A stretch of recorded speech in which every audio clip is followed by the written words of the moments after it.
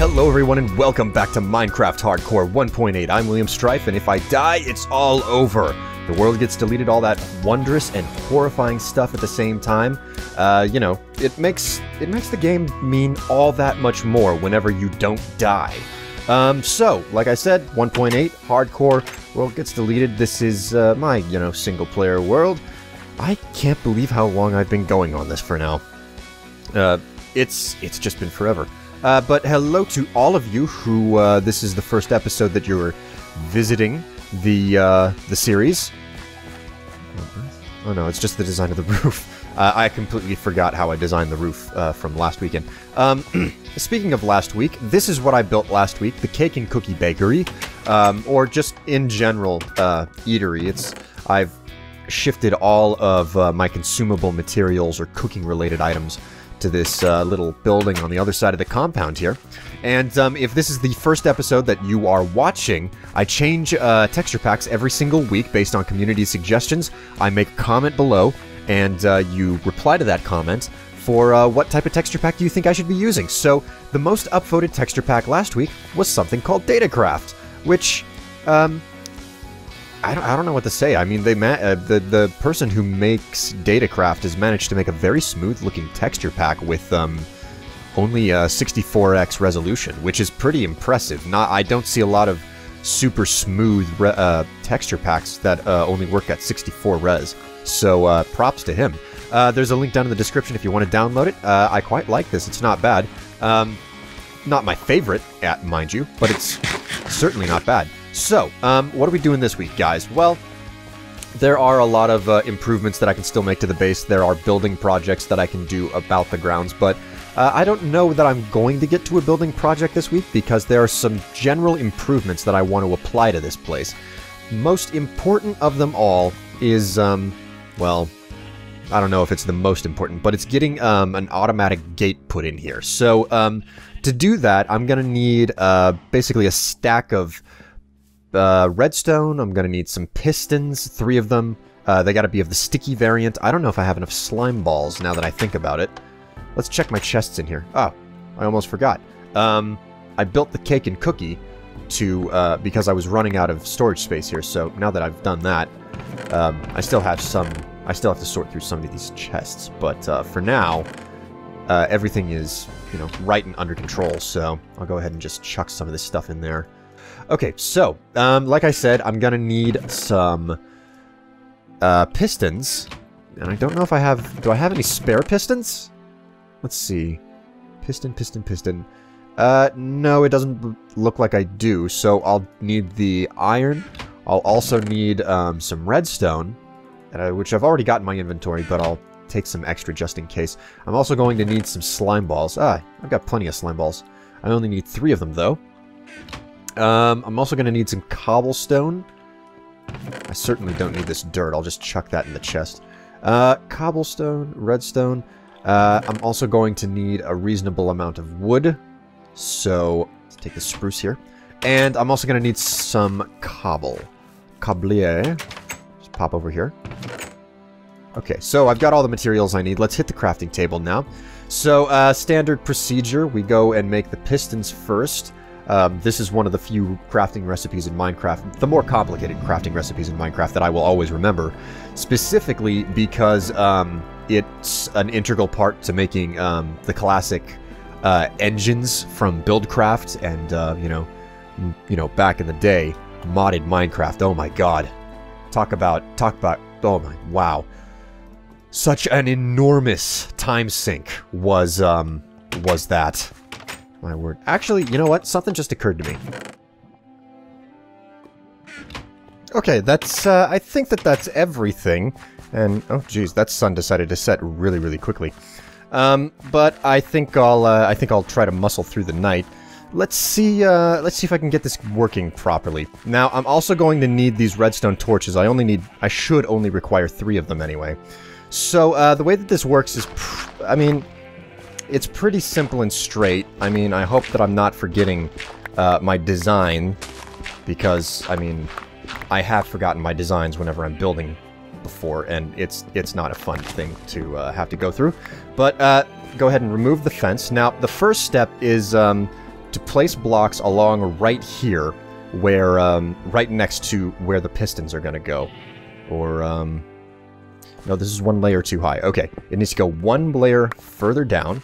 So, dig the trench, 3 blocks down, and then I'm just gonna use cobblestone to offset it so it's really easy to tell. Then you put 3 torches across like that. Next up, you put the pistons in, right on top. Oh, whoops. That's not what I meant to do. This is going to be kind of difficult. Let's, there we go. 1, and then 2, and finally 3. Okay, there we go. So, the pistons are in. The next step is to make certain that we can power these pistons. So, the way that this works is that on the right side, whenever you're leaving, right here on the right side, there's going to be a button, okay? And this design is centered on a new 1.8 feature. Previously, buttons in 1.7 and earlier, you could only put them on a wall, okay?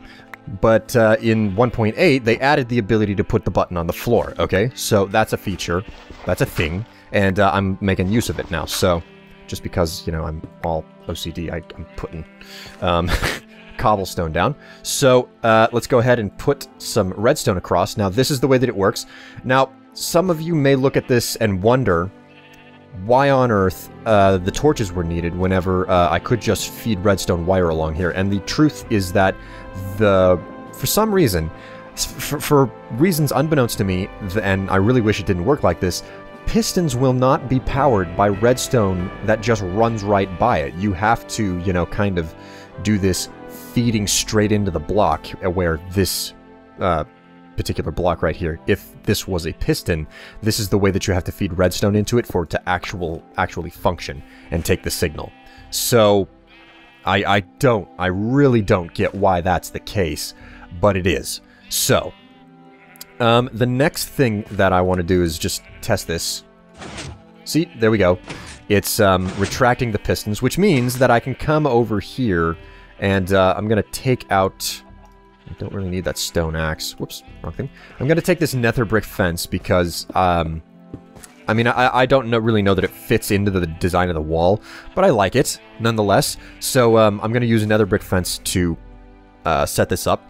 Now, the next step is to stretch this wire around to the other block across where there's going to be a button. So, it may seem to make sense to take this and stretch it straight across to the other side, but that's not what I'm gonna do to, well, actually, I'm either completely forgetting why I designed something the way I did, or, whoops, I'm seeing, like, a shortcut that I just never thought of before. Hope that a creeper doesn't creep up on me. So, if I put that down there, yeah, it works, aha, okay, this is the reason why I did it the way I did. Or no, wait. I might be able to, yeah, this works perfectly fine. Okay. I was doing things a whole lot less effectively, the other way that I was doing it, whenever I prototyped the design. So, all I have to do now is just fill that in, and actually, is that... No, that's coarse, that's just plain dirt, nothing to worry about. So, I'll fill it in the rest of the way with dirt, or, coarse dirt. Did I just... It's... This is something that I'm not really all that happy about with this particular texture pack. I can't tell the difference between dirt and coarse dirt. There's no real way for me to tell the difference. But that's a nitpick more than anything else. So, there we go. There's that. And I'll go ahead and plug this up over here. And the button's down, and that's pretty much it. That's it, guys. The gate is in place, and it's functioning. Now, like I said, it looks like I'm going to need to raise the archway because... Oops, I can't get through. And it's because, whenever you walk on top of this fence, fences are not 1 block high for, height. They are 1.5 blocks high, so it's the same thing as, a block plus a half slab on top of it, so that things can't jump over fences. That's just the way that it works. So whenever you step on a fence, you knock up just 1 single half block, which means that, I need to make this arch higher, so that it's possible to get through. And I mean, that's a pretty slapdash effective fix. Not preferable, but it does work. Yeah, that's just not gonna do. I need to fix that. So, how do I go about fixing that? How do I want to fix that? That's the real question. Oh, I got an idea. I've got an idea. Okay, let's go ahead and just pop some dirt down right here like this. I'll pop these slabs off. And, then... Whoops, didn't need that. I'll take the stone slabs, I'll put them down across that, right there. Whoop, whoop, oh, geez. I got a bit of a stutter there. Let's try this. Yeah, this works just fine. Okay, I just clear it. I just clear it. So, I suppose that'll work. I really kind of feel like I should be having some sort of an archway here, but, well, perhaps I could, do this. And, I've got some redstone here. I've never actually used redstone blocks as decorations before, so maybe this could work.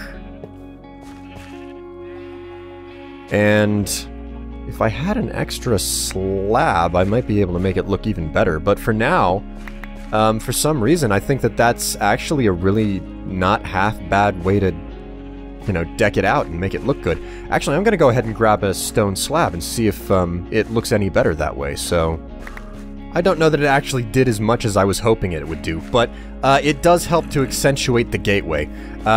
Personally, I did prefer the little stair type effect with the archway that I had going on before, but this'll do just fine for now. Anyways, now that that's done, this is the design that I need to replicate. I just want to double check that I've gotten the dirt here right, because... Okay, yeah, it was the right type of dirt. It just hasn't grown over yet. Stupid zombie being all loud. So, that's it for the gate. That's the design that I just have to replicate whenever I want to go somewhere else. But, the next thing that I need to get sorted out, guys, is lighting for the compound. Now, this is something that's been bothering me for some time now, and it's the fact that the compound overall is a little bit on the drab side, okay? And I would really, really like to have something a bit more fancy than what I have in place currently. Light gray stained glass. I don't think I have any glass on me, so I'm gonna have to smelt some more up.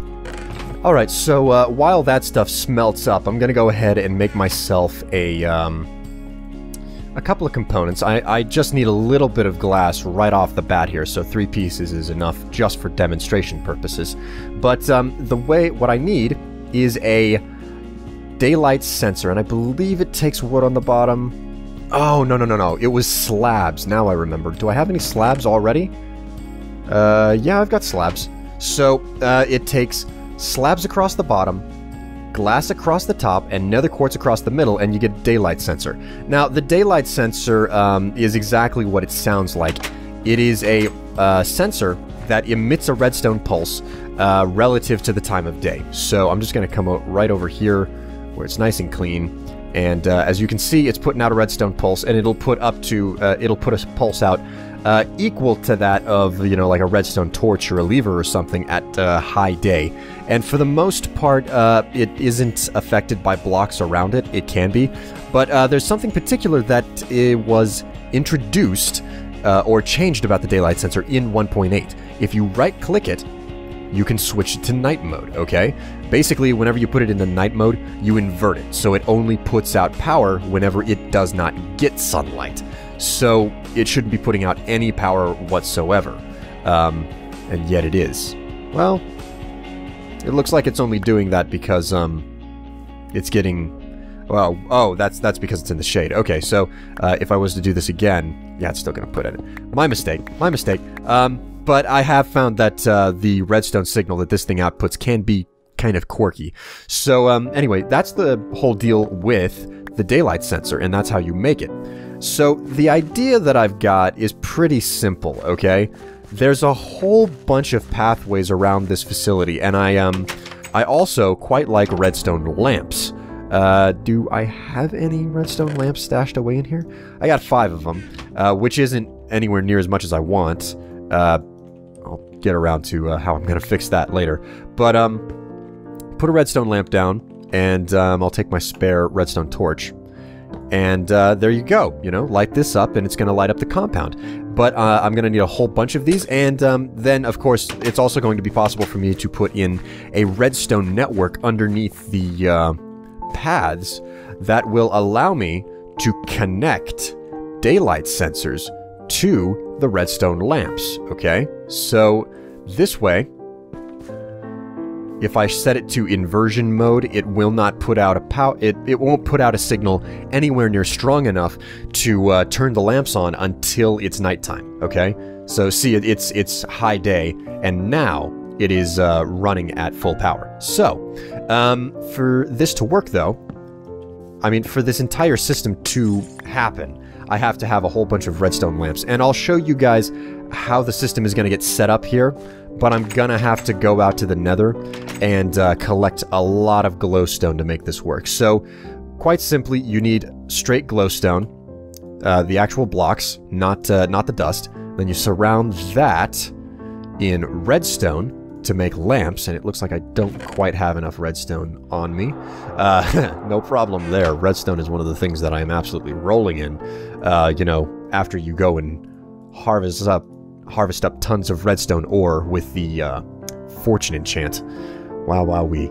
Okay, so we've got redstone lamps, we've got a daylight sensor, which is enough for now. And, well, actually I'm going to need a little bit more redstone. Okay, guys, so I've got the cobblestone in place, and I've also dug this big, long trench to show you how the redstone is supposed to be laid out. Now, I don't have any repeaters on me, but I am going to need them, unless I've, you know, made some sort of a fatal error. And I definitely don't have enough redstone lamps here. I mean, I need 1, 2, 3, 4, 5, 6, 12 lamps, and I got 7, 8, 9, so I am 3 short, unfortunately. But that's just how it is. So, this is the basic design of the way that the system works.